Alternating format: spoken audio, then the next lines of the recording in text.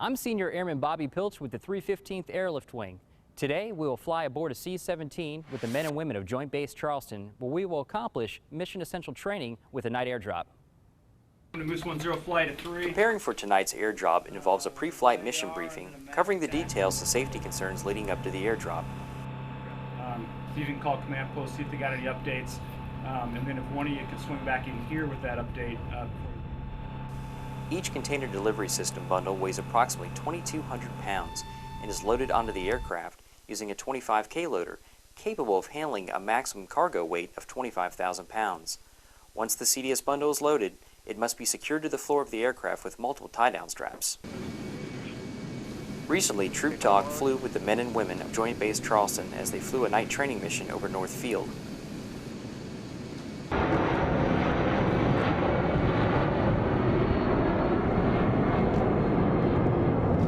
Tonight we did an airdrop, 3-ship night, using night vision goggles, and we actually tested out and qualified 3 or 4 crews on a new formation flying system. It's a digital data link type system as opposed to the old system we used to use, and it takes some practice and some qualification training for the guys that haven't seen it before. Today we went over the North Airfield and did a heavy equipment airdrop. We did one sequential airdrop, which is 2 pallets, and simultaneously one pulls the other one out. And then we came back around and did a second pass, and we airdropped one more heavy equipment, and then we did a couple dry passes for training for the pilots. North Field is located 65 miles northwest of Joint Base Charleston and provides a 12,000-foot primary runway and a 3,000-foot assault runway. The base directly supports the 437th and 315th Airlift Wing's C-17 aircrew and proficiency training. I've talked to people that live around North Field. They understand why we're out there. It's one of the best training facilities on the East Coast, if not in the country, for the C-17. We can get everything we need there. While air crews train for day and night missions, the Cloak of Darkness provides an element to the warfighter day drops cannot. It's for a tactical advantage. Obviously the enemy can see you coming, and if you want to get somewhere where you have to drop things, you're probably not in a place where you can land.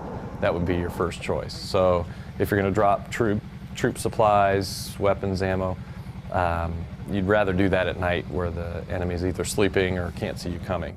So it's a little more challenging, but with the night vision goggles and the way the airplane is set up, it's really a non-event, and it pluses our capabilities up. At night it's a little more difficult because of visibility, mostly for the pilots. For the loadmasters in the back, we try to keep the light down low for the planes behind us so that they don't get blinded with their night vision goggles on. So we go ahead and put on the red lights, we dim the lights down low, but we are capable of seeing in the back. When Colonel Graham is not wearing his flight suit for the Air Force Reserve, he works as a pilot for Federal Express. The FedEx airplane is, I go from point A to point B and I do the same thing, and it's not very challenging. I mean, it can be with the weather, is about the most challenging thing you'd ever get. Here it's just more exciting, there's a little more challenge, and I think that's why guys do it as a part-time job, is not only for the patriotic reasons, but it's a lot more fun. There's a lot more camaraderie in the squadron, even though you're out at midnight flying in the middle of the night.